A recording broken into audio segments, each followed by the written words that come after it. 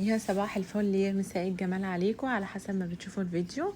بصوا بقى الفيديوهات التقيلة دي، يعني اللي فيها الاكل المصري الاصيل ده، يعني بتبقى قريبة قوي من قلبي. شوفوا رغم ان هي تفاصيلها كتير، تمام، بس كده حاجة كده بتطلعي بنتيجة كده زي ما انتم شايفين الفراخ شكلها عامل ازاي. بجد بتبقى خطيرة يعني.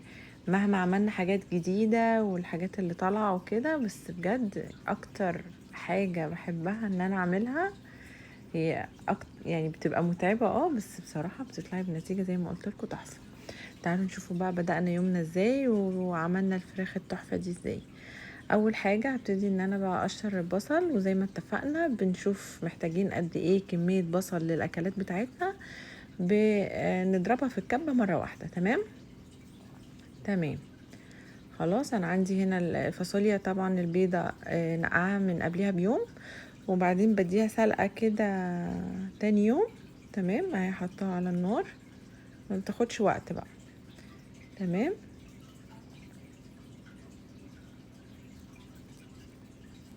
حطيت بقى بصل في الحلتين اللي هناك دول، شايفين اللي هناك دول؟ ايوه، حط فيهم بصل، ايوه. بصل للحشوة بتاعة الفراخ، والبصل التاني للفاصوليا. تمام. هنا فلفل اسود، هنا برضو فلفل اسود، رشة ملح في بتاع الخلطة ده اللي انا بقلبه. احط فيه قرفة.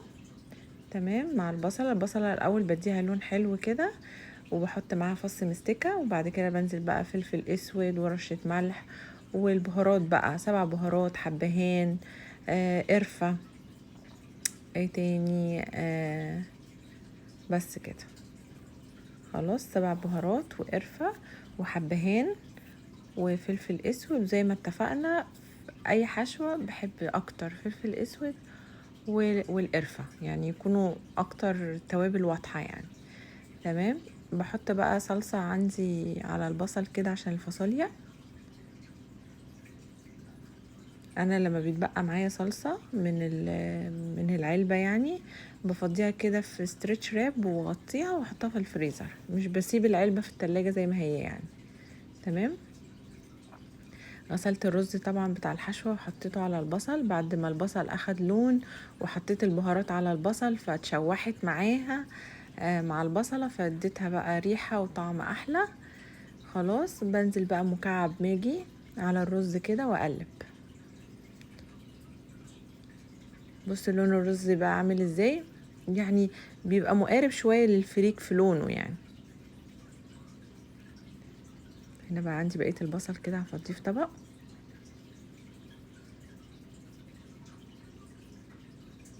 احط فلفل اسود وملح.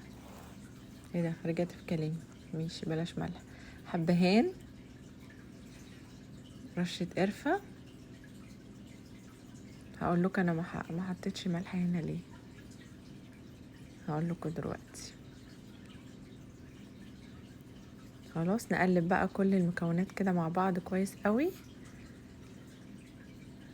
في طبق صغير كده حطيت من الخلطة دي شوية كده في طبق على جنب، هنجيلها دلوقتي. حطيت بقى، لاحظتوا حطيت ملح دلوقتي هنا. تمام، عشان البصلة دي انا عاملاها للفراخ، عايزة املح الفراخ بتاعتي كده واتبلها واظبطها. تمام.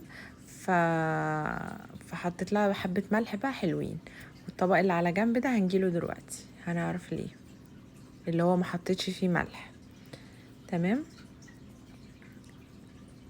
انا بعمل ايه، بشوف الفاصوليا كده استوت ولا لا. تمام، هروح بقى اصفيها وارجع لكم.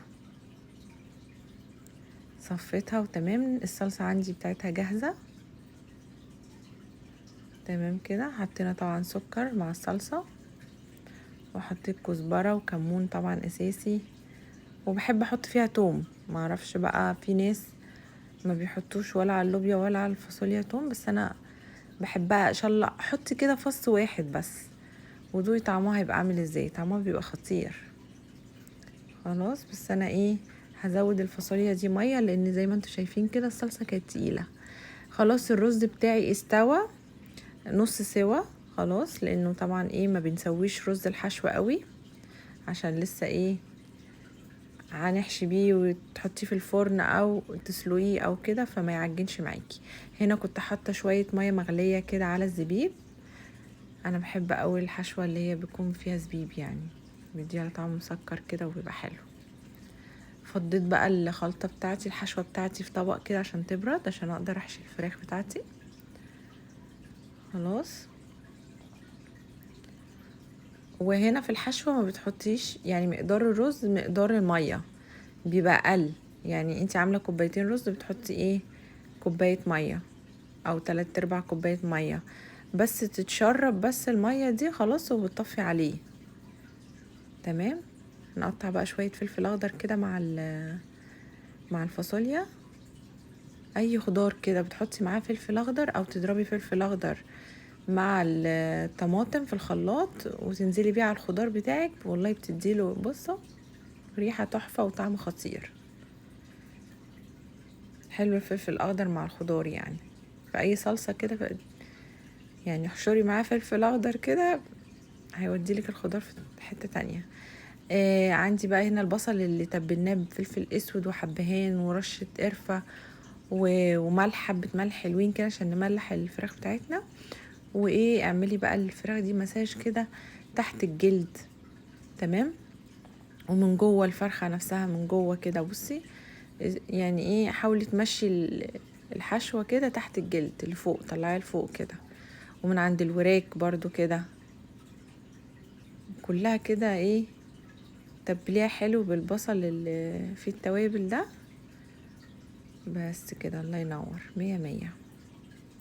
حلو قوي كده.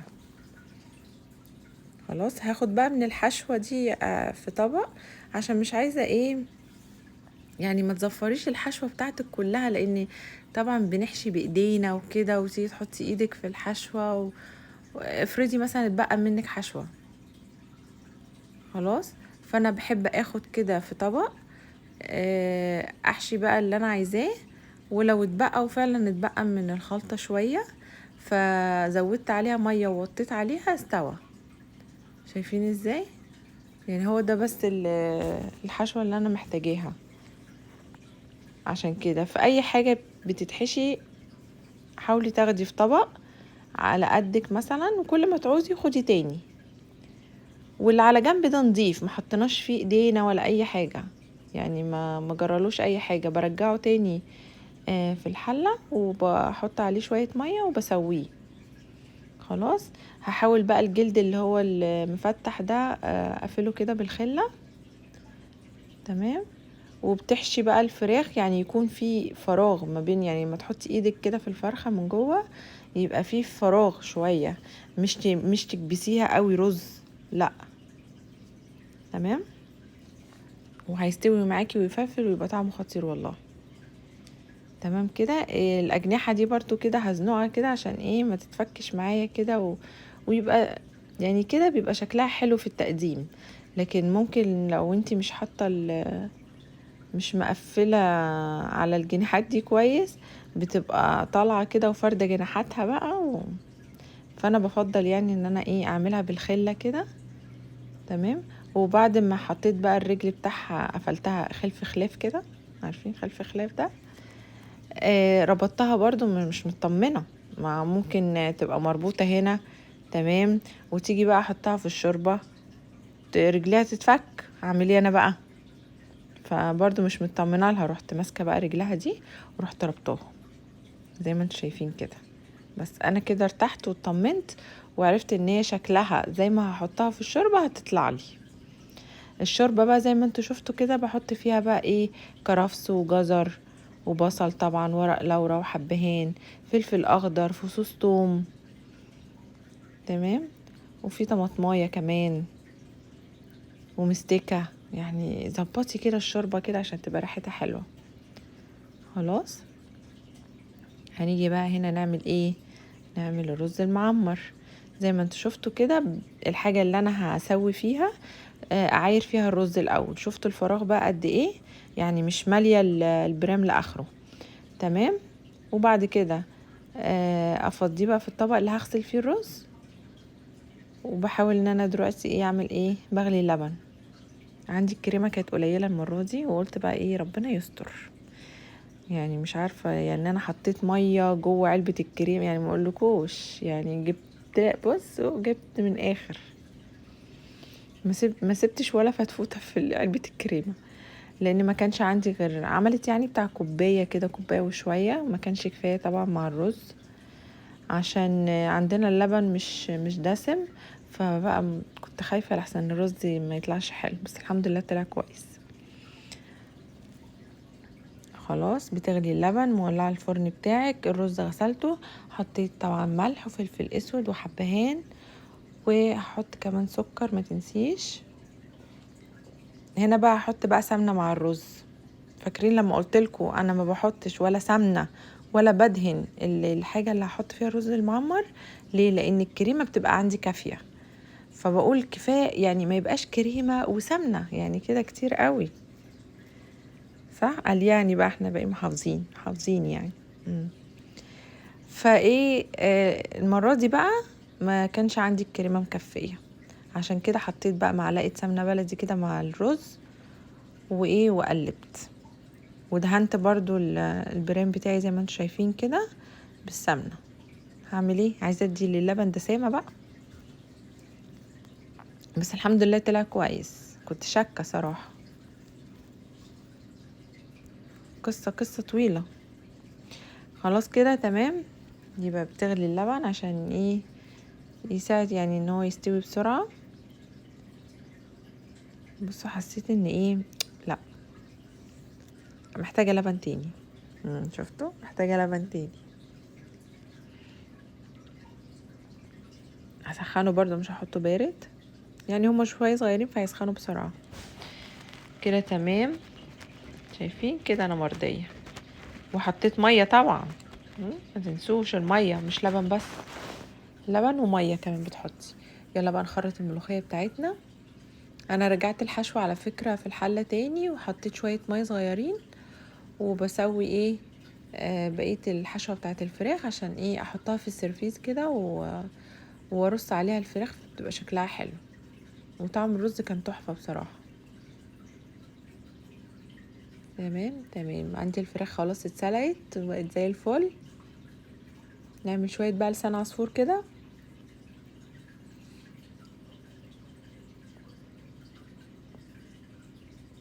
معلقه سمنه كده، وننزل بقى بلسان العصفور وحمريه كويس قوي. تمام. ناخد بقى ايه شويه من الشوربه،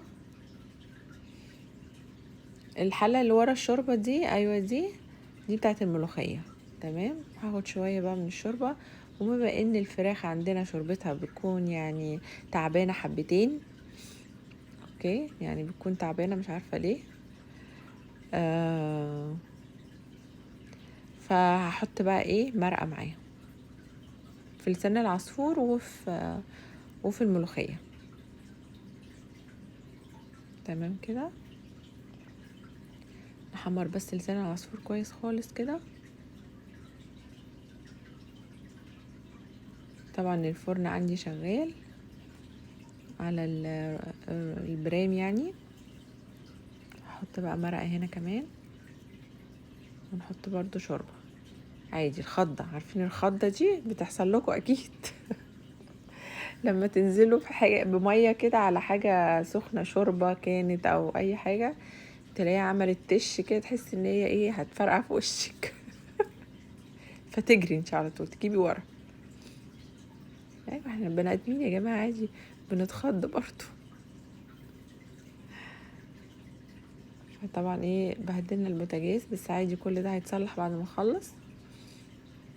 احط بقى شويه ملح، بس لسان العصفور بصوا يغلي كده وبطفي عليه، يعني ما بيقعدش كتير على النار. بصوا هغطيه شويه ياخد له كده غلوه واحده، واطفي عليه واسيبه بس. انزل بقى بالملوخيه. ايوه الشوربه زي ما اتفقنا، وبنقول كل مره، ويعني طب اعمل ايه يا جماعه؟ تقولي انت كل شويه بتعملي ملوخيه؟ ايوه كل شويه بعمل ملوخيه. اعمل ايه؟ الاكل اللي بختاره لازم احشر كده ملوخيه في كل حاجه. بصوا حرمان، عشان هنا مفيش ملوخيه فريش كتير، مش بتكون موجودة يعني طول الوقت وكده، فايه حرمان بقى. كل ما اروح السوق عيني بتزوغ عليها، فمش هسيبها طبعا، فبجيب معايا. فبس عشان كده تلاقيني ايه بعمل ملوخية كتير، وانا بحبها بصراحة يعني ما منكرش. بصوا بقى الخلطة الجبارة دي بقى، عشان ندي بقى للفراخ كده زي ما انتوا شفتوا اللون التحفة ده.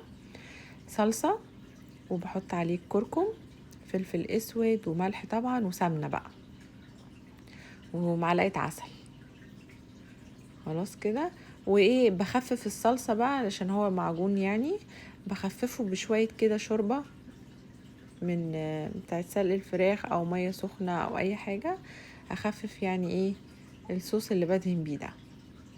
بس عايزة تحطي بقى زعتر، عايزة تحطي بصل باودر، توم باودر، براحتك. بس هو ملح وفلفل اسود وكركم مع الصلصة بيدي لون حلو، بيدي لون ذهبي كده حلو.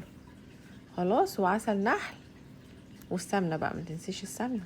عايز تحطي زيت زيتون حطي، بس هي السمنة مع الصلصة والحاجات دي بتدي للفراخ كده طعم حلو. تمام كده. شايفين اللون اصلا قبل ما تتحط في الفرن يا جماعة؟